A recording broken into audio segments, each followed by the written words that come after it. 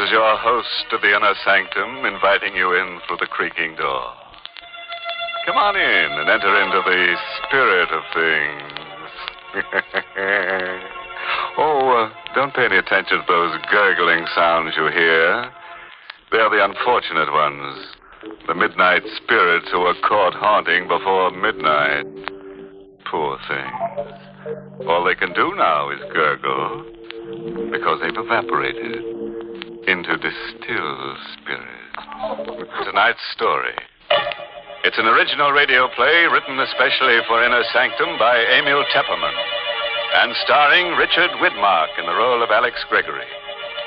It's about a man who became master of a secret so fearful that it could never be revealed to any mortal, living or dead. But let him tell you the story himself, how he learned the most terrible secret in all the universe, and what he did with it.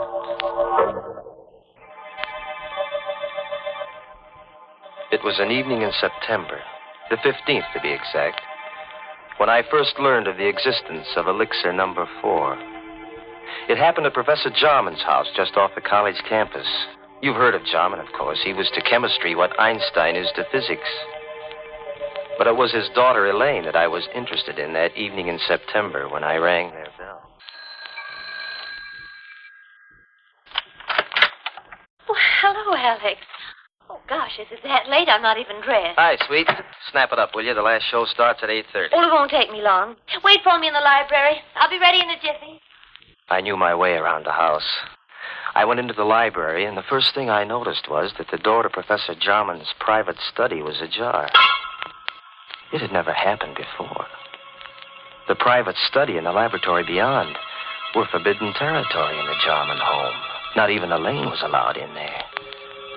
And now the door was open. I'd heard stories of Jarman's experiments with new and secret formulae. So here was a chance, a possible chance to find out what the old codger was working on. I couldn't resist. I pushed open the door and I stepped into the private study. I could hear Jarman in the lab talking to himself. Elaine had told me once that he always talked to himself in the lab. I stood quietly in the study, but I couldn't make out what he was saying in there. I looked around. The study was just a small cubbyhole with a chair, a bookcase, and a desk. And on the desk, I saw the open diary. A single sentence was written on the open page. I stepped closer. And then I got the first shock. For that sentence was written in Latin. My Latin was rusty, but I was able to decipher the words, Vitae secretum in elixir quartum perpetus habeo. In elixir number 4, I have the secret of perpetus life. Perpetus. That was the one word I couldn't seem to place. In elixir number 4, I have the secret of something. Life. I was puzzling over that word perpetus when suddenly the laboratory door was flung open. What are you doing at my desk? Oh, hello, Professor Jarman. I asked you, what are you doing at my desk? Well, the study door was open. I thought I'd see if you were in here. You were reading my diary. Oh, no, Professor. You saw the entry in my diary. Well, really, Professor, I assure you. Do you read Latin? Latin? Well, I don't understand. You're sure you don't understand that? No, I don't. Alex, ready and... Well, is anything wrong? Elaine, I've told you time and again, no one is to be admitted to my study. Oh, I'm sorry, Dad. You must have left the door open. Oh, Alex, you shouldn't I'm terribly sorry, Elaine. I found the door open, and I thought Professor Jarman was in here. I just wanted to say hello. All right. No harm done, as long as you can't read Latin. Now, get along, you two. I'm busy, but keep out of my study here. I took Elaine to the movies, but I haven't the faintest recollection of what the picture was about. Through my mind kept running that Latin sentence, Vitae secretum in elixir quartum perpetus habeo. When I said goodnight to Elaine at her door after the show, I hurried home to my room and I got out an old Latin dictionary. I looked up the word perpetus. And then I got a strange, cold feeling down my spine. For the word perpetus meant perpetual. The Latin sentence which Jarman had written in his diary meant, in Elixir number 4, I have the secret of perpetual life. Professor Jarman had discovered the secret of immortality. All the next day, I conducted my chemistry classes purely by instinct. I couldn't take my thoughts from Elixir number 4. Every voice in the classroom seemed to sing the same refrain. Accomplished by adding to a dilute solution of H2SO4 a quantity immortality. Never to know the fear of death. To live on serenely. To watch the world change through the centuries. Never to die. It grew on me like a festering tumor, this terrific dream of immortality, everlasting life. I had to have Elixir number 4.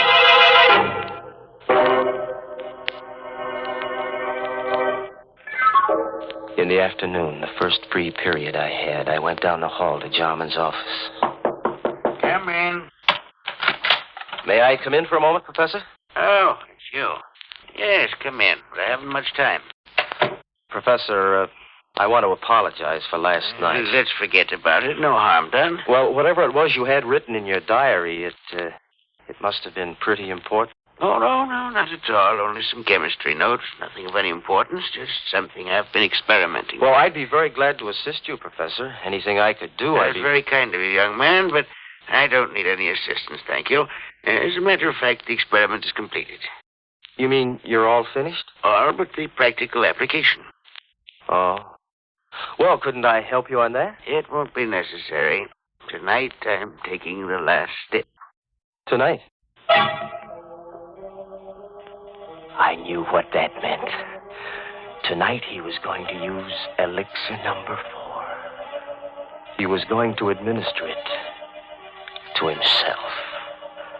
I had to act tonight or never. Jarman's keys were on his desk. I distracted his attention, and I managed to pick them up without his noticing. Then I hurried across town to a locksmith and had him make duplicates of Jarman's house key, his study key, and his laboratory key. Then I returned to the college, and I managed to replace the keys on Jarman's desk while he was out. Now, I was ready for an adventure into immortality.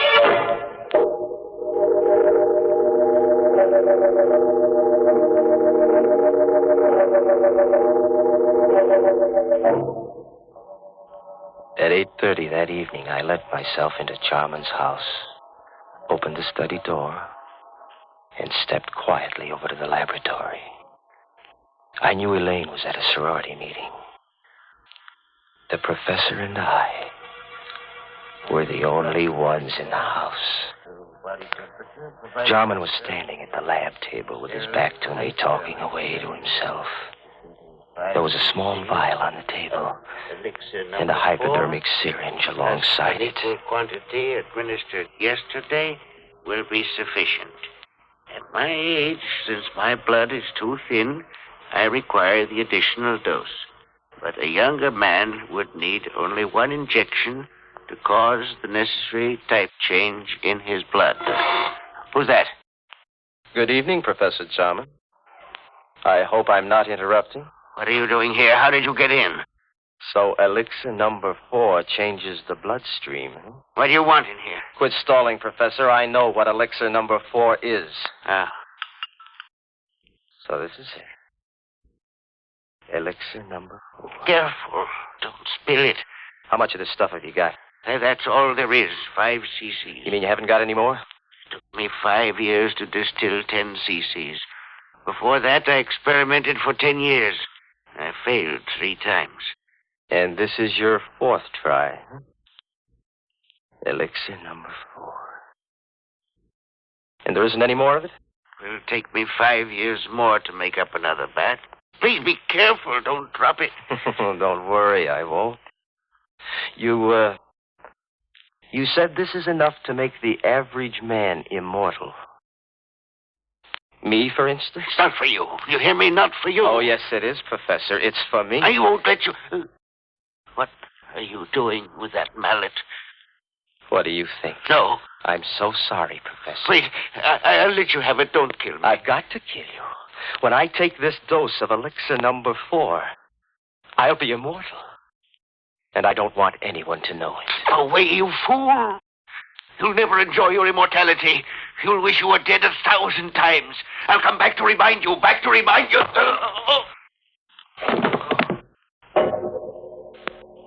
I didn't hit him hard enough to kill him. That wasn't part of my plan. But when he lay unconscious on the floor, I searched among the chemicals until I found what I wanted. I mixed some chemicals in a test tube, and I watched the fumes forming. Then I held the test tube against Jarman's mouth, forcing the deadly gas into his lungs. When I was sure he was dead, I wiped the tube clean of my fingerprints and put it back in the rack. Then I picked up the vial of Elixir number 4, the hypodermic syringe, and I hurried away, locking all the doors behind me. As soon as I got home, I filled the hypo with Elixir number 4, and I gave myself the injection. Almost immediately, I felt a strange radiance pervading my body. A new strength was flowing in my blood. I was immortal. I couldn't die. I would go on living and living and living forever.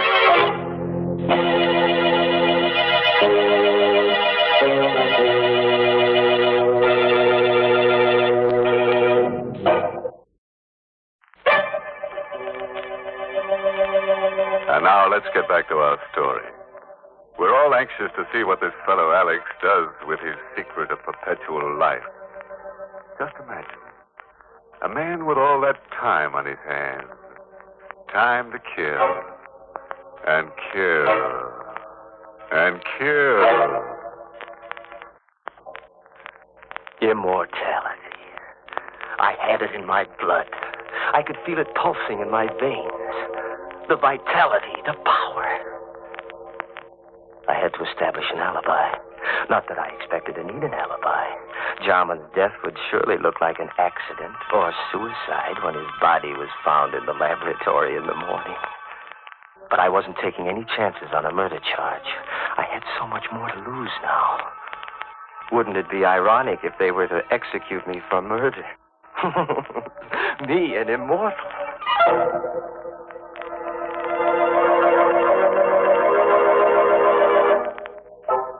Next morning, I stopped at Jarman's house and rang the bell. I knew Elaine must have gone right to bed when she returned from the sorority meeting last night, because she never disturbed her father when he was in the lab. But now, when she discovered that he hadn't been to bed all night, she'd want to investigate. And I wanted to be there when the body was found. Oh, good morning, Alex. Hello, sweet. What's wrong? You look worried. Come on in. Alex, I am worried. Dad's still in the lab. He didn't go to bed last night. Well, what of it? He must be working on something big. No, I'm afraid something's happened. I knocked at the door just now, and there was no answer. The door was locked? Well, yes, but I have a pass key. I wonder if I ought to use it. Well, of course you should. Well, please, Alex. You come with me. Of course, darling. Together, we opened the laboratory door. I was all set to act horrified when we discovered the body on the floor. But there was no need to act. I was horrified. For the lab was empty. There was nothing on the floor. The body of Professor Jarman was gone. I don't know for how many hours after that I walked the street, confused and frightened and uncomprehending. I tried to reason it out. How Jarman's body had walked out of that lab. There was only one solution. Jarman had already taken one dose of Elixir number 4. It must have counteracted the poison that I'd forced into him. He must have gotten up and then walked away. But where? And why? I recalled what he'd said before I hit him with the mallet. Yes, I could hear his voice faintly strumming at my brain. You'll never enjoy your immortality. You'll wish you were dead 1,000 times. I'll come back to remind you.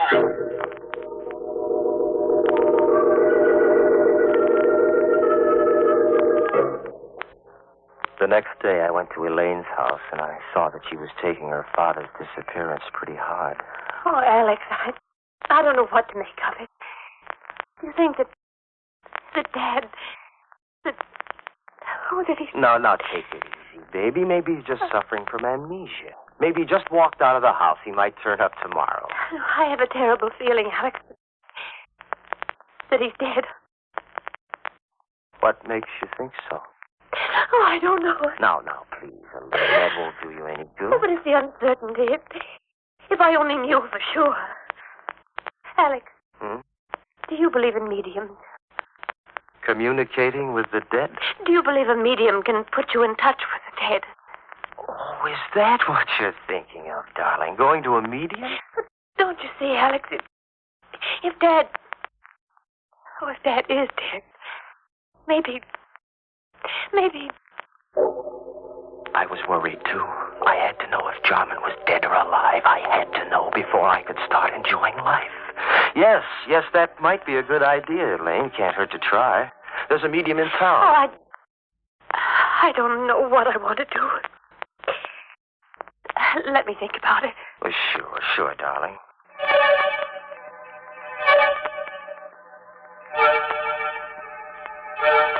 In the days that followed, I began to doubt whether I really was immortal. Was Elixir number 4 really the elixir of life? Was I really going to live forever? If there was only some way to prove it. Then I remembered what Jarman had said, that the elixir caused a change of blood type. Well, that'd be easy enough to check. Elaine was taking a medical course, so I asked her to test my blood on the pretext that I thought I had anemia. It won't hurt, Alex. Just the needle. Ouch. There, now I've got all the blood I need. Just sit here a minute while I make the test. Well, does it take long? Only a minute. Alex.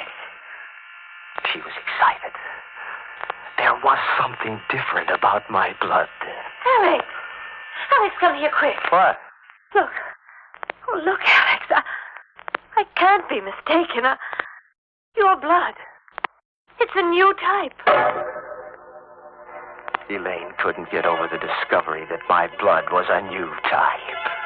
I'd asked her not to tell anyone about my new blood type, but I knew she wouldn't be able to keep the secret for long.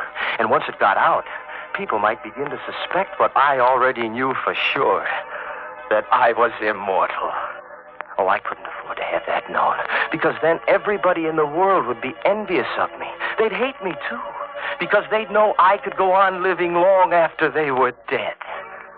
Oh, no, it had to be a secret forever.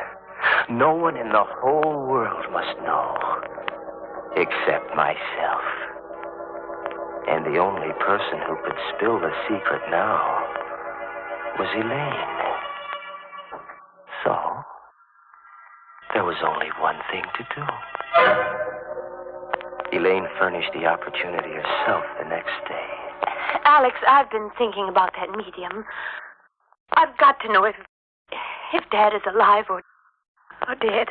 All right, whatever you say, darling, if it'll make you feel any better. I'll go with you, of course. Just the two of us, huh? We made a date to go to the seance that evening, and I made my plans accordingly. I didn't intend that Elaine should leave the seance alive.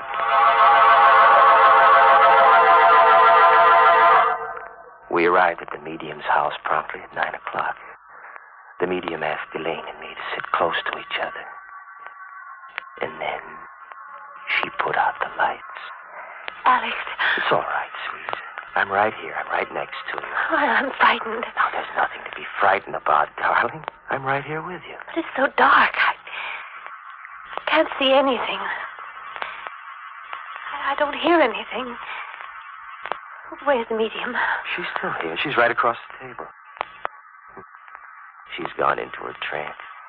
Do you think she'll contact Dad's spirit? I don't know, darling. Wait and see. I timed myself carefully, waiting for the moment when the medium should be well into her trance. Then I took out of my pocket the hypodermic syringe. I held the plunger in my left hand while I gripped Elaine's arm with my right, my thumb over the artery. Alex, my arm, your fingers hurt. It's all right, sweet. Slowly, I brought the hypodermic needle up close to the artery. One bite of the needle, a single plunge of the plunger, and death would come almost instantaneously. And no one in the world could say that it hadn't been heart failure.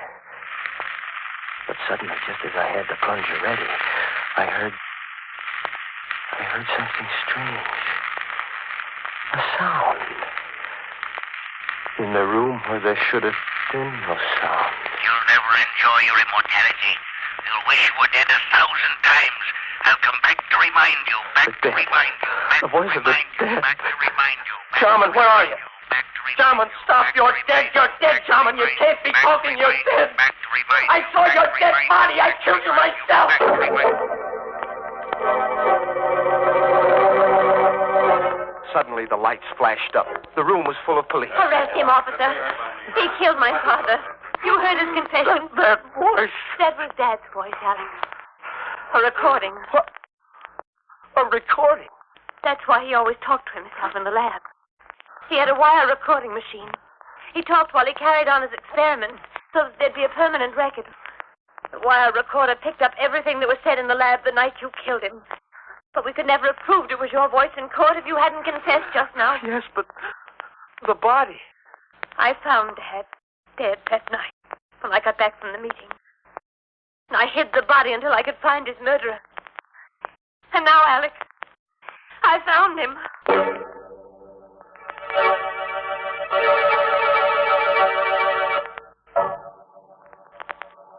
All through the trial, Elaine sat and watched me. All the time the jury was out, she sat and watched me. And she watched me while they read the verdict of guilty. Her eyes never left me when I stood up to be sentenced and heard the judge say, Alex Gregory, it is the judgment of this court that you be confined to the penitentiary for the rest of your natural life.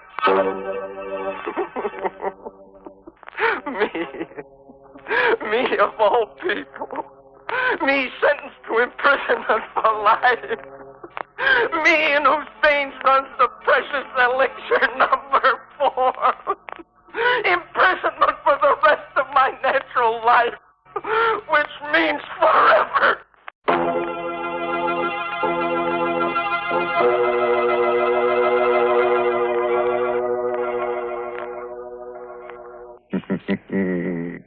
And now it's time to close the squeaking door, so good night. Pleasant dreams.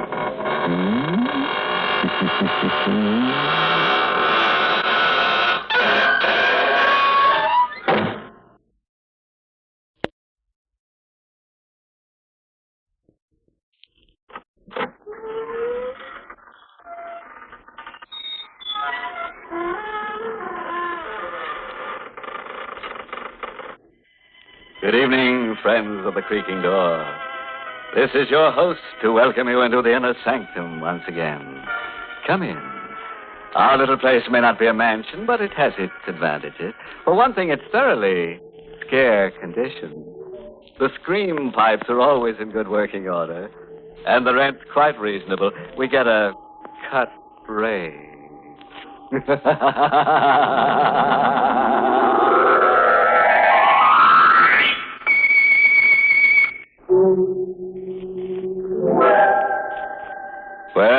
you've had your warning. Whatever happens from now on, you asked for. Just be sure the family is provided for. And now to our happy little anecdote for tonight. Birdsong for a murderer. My name is Carl Warner. I'm not a young man any longer, but I don't mind that. I wasn't very happy when I was young. Now, well, at least I'm not unhappy. And late at night, after Elaine has gone upstairs to bed, she's my wife, and she's very pretty and younger than I am, and perhaps I made a mistake in marrying her, but, well, anyway, late at night, I go into the room where I keep the birds, and then, listening to them sing, I get as close to happiness as I can expect. I stay an hour, and then I cover their cages. And then they know it's time to sleep. And they sleep. Even on the stormiest of nights. And this was a stormy night. The birds were still, and I turned to go upstairs when someone knocked at the front door. It was late. We know very few people. We kept to ourselves, mostly Elaine and I, so I was worried a little when I opened the door. Yes? Mind if I come in, Mr. Warner? It's kind of damp out. No, of course not. You seem to know me. I do, don't I? But I don't know you. My name is Brule. Chester Brule. Oh, Chester Brule. I still don't know. Remember? It doesn't matter. What did you want? Nice place you got here. Much nicer than Cragmount. Cragmount? Cragmount Asylum for the insane. You work there? I used to work there. This is all very interesting. Funny thing happened just before I left. One of the inmates escaped. This baby was a homicidal maniac. Homicidal? Yeah, that's right. I don't see what all this has to do with me. I didn't say it had. There was one funny thing about this inmate. Was there? Loved canaries. Loved to listen to them sing. Psychiatrists at Cragmount found it very interesting. Birdsong was the only thing that kept the murderous impulses down. Mr. Warner, I'm out of work. That's too bad. You're not doing badly. Nice house, furnishings. Didn't I hear canaries singing before I come into the house? Maybe you did. So, 5,000 in the morning? No. I think yes. Otherwise, Cragmount will be happy to hear from me. 11 Crescent Place. Room 2B. In the morning. You can show me to the door now. Of course. Good night, Mr. Warner. Till we meet again. I watched him go out into the blackness, and the blackness swallow him.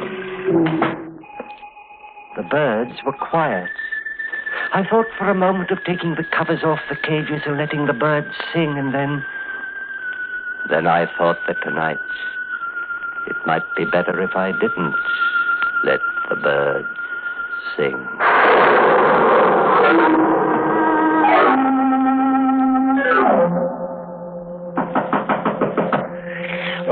Okay.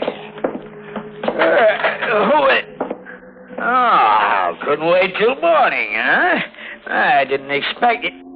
Wait, that knife, no!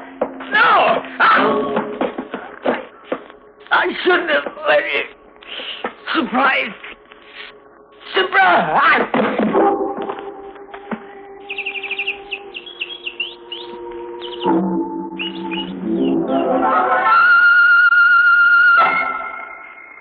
It's been a bad night.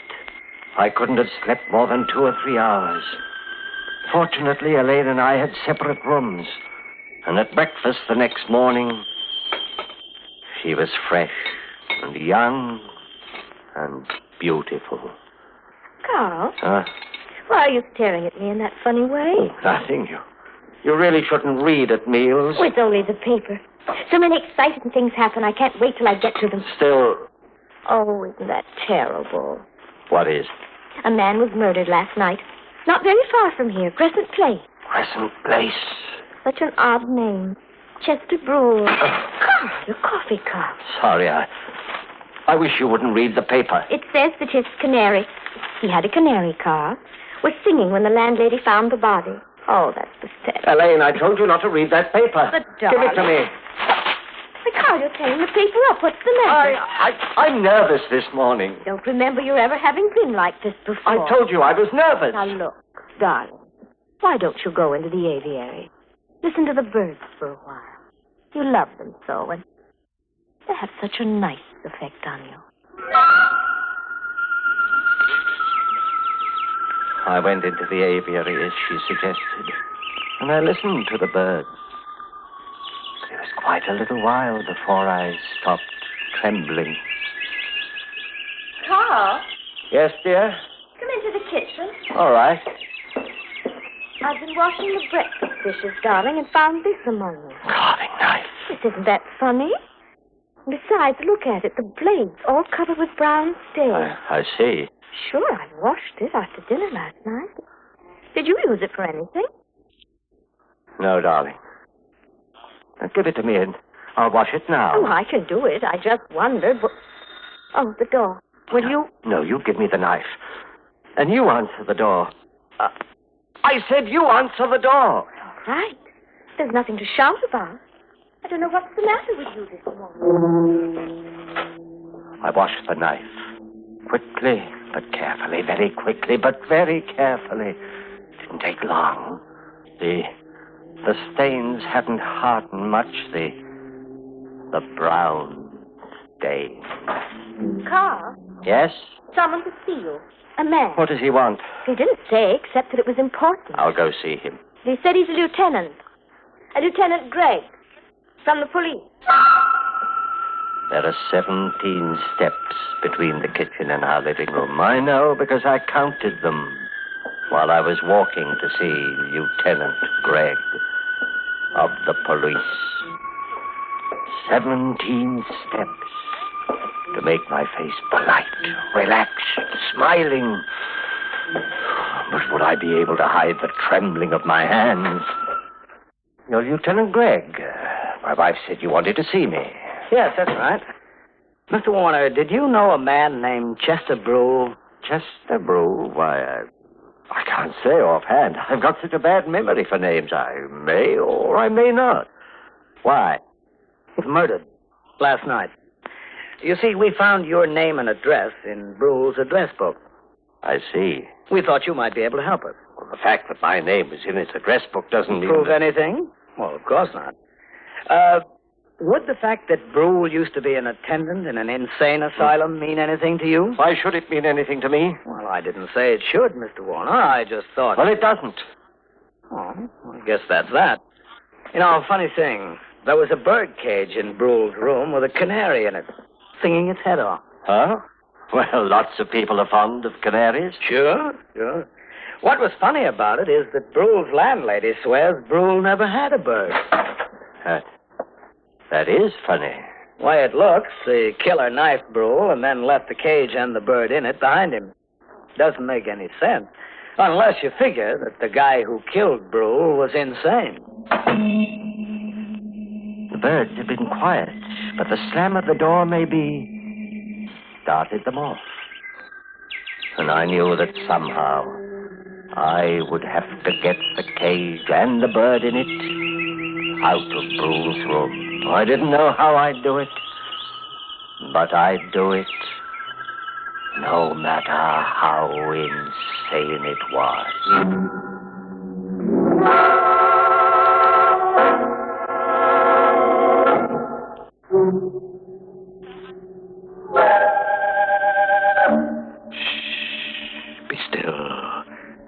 very still.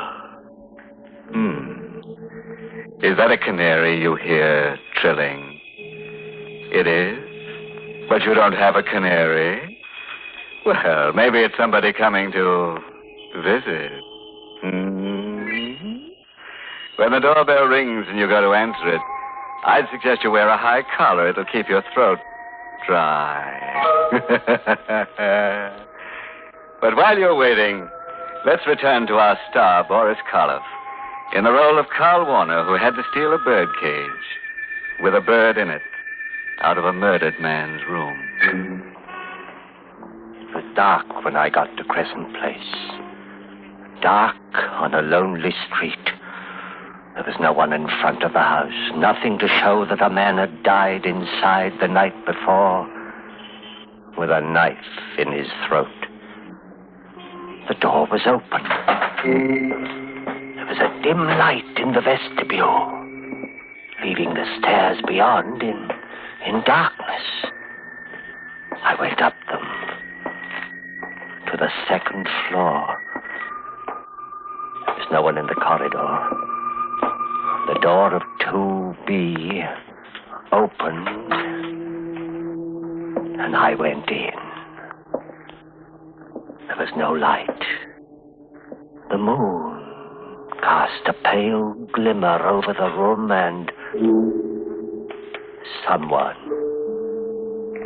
in a chair near the window. For a moment I thought it was Brule, but there was no blood. And then I realized it was a policeman in uniform, asleep. The cage was near the sleeping man. Would his sleep be sound enough?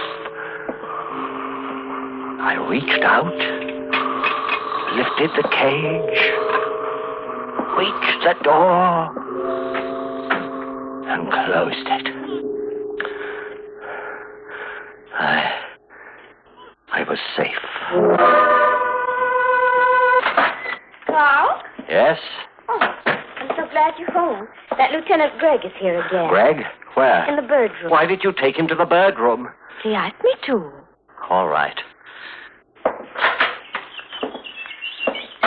Oh, Lieutenant Gregg? Oh, hello, Mr. Warner. Quite a collection of canaries you've got here. Yes, I have. Were you home all last night? Of course. This is still about Chester Brule's murder? Mm-hmm. Say, remember my mentioning I thought that the man who'd killed Brule and left the bird cage behind him must be insane? Well, you did say something of the sort. Yeah. And then there's the fact that Brule used to work with insane people. Begins to mesh, huh? Oh, I know very little about police work. I hope I'm not boring you. Anyway, it occurs to me maybe I'd better take a trip up to Cragmount. I suppose going to asylums or any place else is just part of your job. Oh, sure.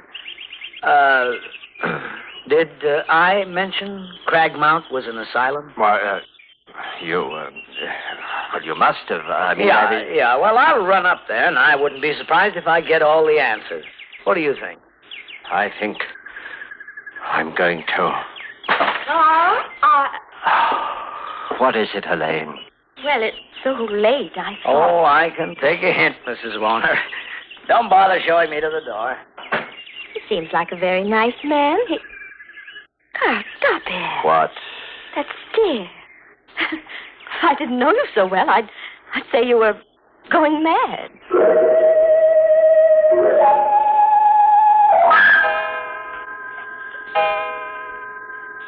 Go to bed, Elaine. All right, darling. Oh, Carl, look. Look at what? Through the window, the garden.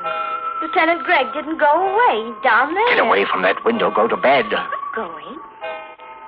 But he looks as if he's waiting down there for something. For what, Carl? I knew what he was waiting for. I knew I mustn't go to sleep. Things happen when you sleep. Terrible things. But I hadn't slept well the night before. Not well at all. And there'd been the strain of the day. And it was night now, and dark, still.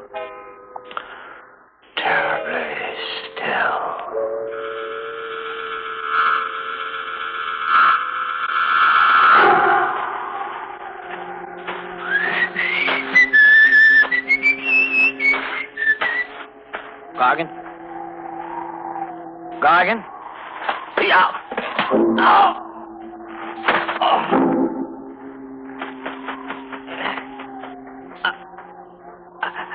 I was right.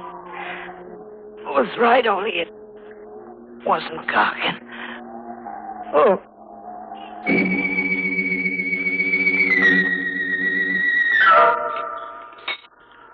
Such a lovely morning, Carl. Lovely. I looked for Lieutenant Gregg as soon as I got up. He wasn't in the garden anymore. He must have got tired. Gone home. Or back to headquarters. Wherever policemen go. Oh, dear. That's the Swenson's dog. He's got into our garden again. I'll have to get him out. Elaine, don't. Down here, pick up all the flowers looking for bones. Elaine. Maybe he won't be there tonight. Elaine! Where are you? On the street. What? Look. Lieutenant Gregg. His throat. Come inside. Oh, all right. The kitchen. Carl, where are you going? The kitchen. What are you doing? The drawer. Silverware. Yes. It's here. The carving knife. That's right. Carl, I thought you washed it last night. I guess you didn't. You'd be wrong. I did wash it last night. But the stains are still there. The brown stains. These are fresh ones, Elaine. Get out of my way. But, I've got to go to the bird room. Carl, please don't go away from me. Carl! I was holding the carving knife in my hand. Started to put it down, and then I held on to it anyway. It would make taking the covers off the cages awkward, but I held on to it anyway. And the birds were still. They remained still, unless I took the covers off. Elaine! Carl, you must tell me what's wrong. Don't come any closer. But Elaine, please, not any closer. you've got that knife in your hand. Yes. The one with the brown stain. Oh, Carl. Don't say anything. Carl, the night before last. Elaine, don't ask questions. That's dangerous. You were out of the No. house last night when Lieutenant Gregg was I was killed. asleep. You have the knife, Carl. Yes. Give it to me. No. Please, Carl. No. Stay where you are. All right. You may keep the knife. Because, look, Carl. A revolver. Yes. Lieutenant Gregg's revolver. Elaine, give that to me. Oh, no. I took it from Lieutenant Gregg last night. After he stopped crying. They always cry when you... Elaine. Didn't like it the way you've been looking at me, Carl. You were thinking that maybe you'd have to send me back to Craigmouth. I wasn't. You were, Carl. I know you were. After Chester Bull died. Elaine. Stop where you are. All right, but... Keep your hands away from the bird cage. Don't pull off the cover. Oh, Carl, I've hurt you. Never mind. But I didn't want to. Are you going to cry? Like the others? It was my fault. I loved you too well.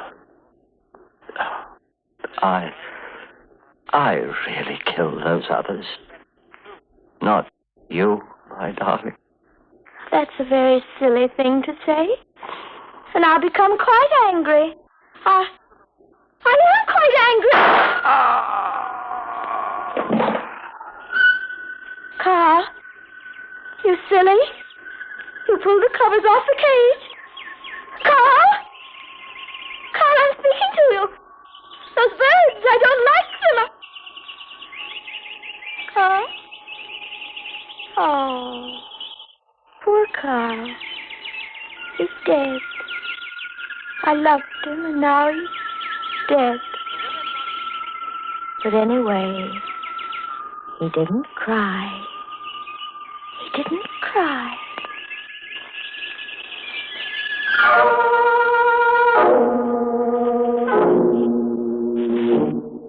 Well, there it is. And so sweet.